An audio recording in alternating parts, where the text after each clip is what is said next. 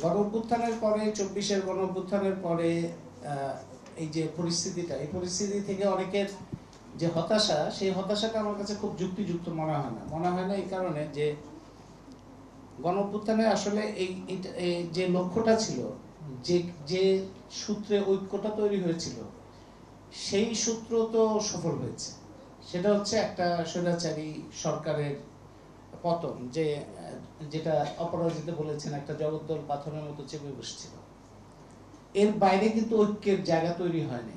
সেই সময় কিন্তু কোনো লক্ষ্য ছিল না যে বাংলাদেশকে একটা বড় ধরনের কাঠামোগত পরিবর্তন।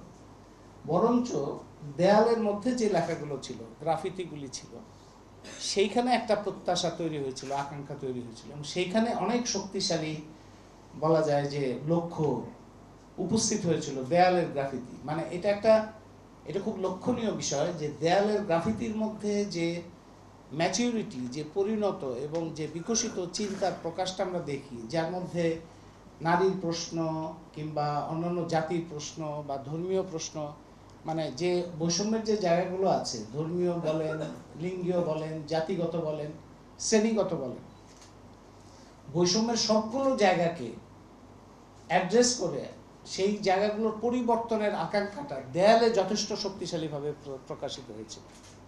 এবং সেটা কোনো কেন্দ্রীয় নেতৃত্বের মাধ্যমে হয়নি, সেটা স্বতঃস্ফূর্তভাবে বিভিন্ন অঞ্চলের মধ্যে থেকে হয়েছে।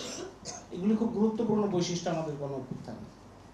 সেই আকাঙ্ক্ষা বা সেই প্রত্যাশা বা সেই লক্ষ্য সেই সময় যারা নেতৃবৃন্দ হিসেবে আমরা যাদেরকে চিনি, তাদের কথায় কিংবা বডি ল্যাঙ্গুয়েজে প্রকাশিত হয়নি, এবং পরেও আমরা তাদের মধ্যে থেকে সেটার প্রকাশ দেখিনি। অন্তর্বর্তী সরকার যে এখন চুপচাপ আছে, যে অভিযোগটা হয়েছে যে অন্তর্বর্তী সরকার যথেষ্ট সক্রিয় বা সরব ভূমিকা পালন করছে না, সেটার মধ্যে এইটার একটা ধারাবাহিকতা দেখা যায়। মানে যে যাদেরকে আমরা নেতৃবৃন্দ হিসেবে দেখলাম এবং যেখান থেকে অন্তর্বর্তী সরকারটা গঠিত হলো, তাদের সাথে দেয়ালের গ্রাফিতি মানে জনগণের আকাঙ্ক্ষার একটা বড় ধরনের ব্যবধান কিংবা দূরত্ব আমরা দেখতে পাচ্ছি। এবং তার ফলে একটা লক্ষ্য পূরণ হয়েছে যে একটা সরকার, যে সরকার ঘাড়ের উপর বসেছিল এবং নির্যাতক, অত্যাচারী এবং লুণ্ঠনকারী, দুর্নীতিবাজ, অত্যাচারী, এই ধরনের একটা সরকার যেটা কোনোদিন যাবে না এরকম একটা মনে হচ্ছে, সেই সরকারের পতন হয়েছে। কিন্তু সমাজের মধ্যে থেকে অন্যান্য যে সমস্ত বৈষম্যহীন বাংলাদেশের একটা স্বপ্ন এসেছে, কথাটা এসছে, কিন্তু তার সাথে সম্পর্কিত কোনো বিধিবিধান কিংবা কোনো রাজনৈতিক কিংবা সরকারি পর্যায়ে কোনো ভূমিকা, সেটা আমরা দেখি নাই। এখন ধরেন কেউ যদি এইভাবে আমরা ভেবে, অনেকে ধরেন এভাবে যদি ভাবি যে এটা একটা চক্রান্তমূলকভাবে হচ্ছে, যারা পতিত সরকার তারা এই সমস্ত করছে, এটা কিন্তু একটা আওয়ামী লীগ সরকারের সময় এই ধরনটা ছিল। আওয়ামী লীগ সরকারের সময় যখনই কোনো বড় আকারের ঘটতো, তখন আওয়ামী লীগ বলতো বিএনপি জামাত করছে, এই করছে, সেই করছে। এটা বললে তো এটা যদি ধরেন আওয়ামী লীগ সরকারের সময় যদি বিএনপি, তখন আমরা বলেছি যে বিএনপি জামাত যদি এই কাজগুলি করে, তাহলে তুমি সরকারে আছো কি কারণে?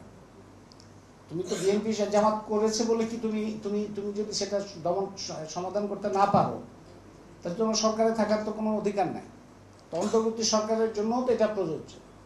যদি এটা চক্রান্ত করে কেউ করতে পারে, তাহলে তুমি আছো কি কারণে? তোমার তো ইনস্ট্রুমেন্ট আছে, ইনস্টিটিউশন আছে, তোমার অন্তত মুখ তো আছে, মুখের ভাষা তো প্রকাশ করতে পারো যে কোথায় কি কারণে কি হচ্ছে, এগুলো তো বলা যায়।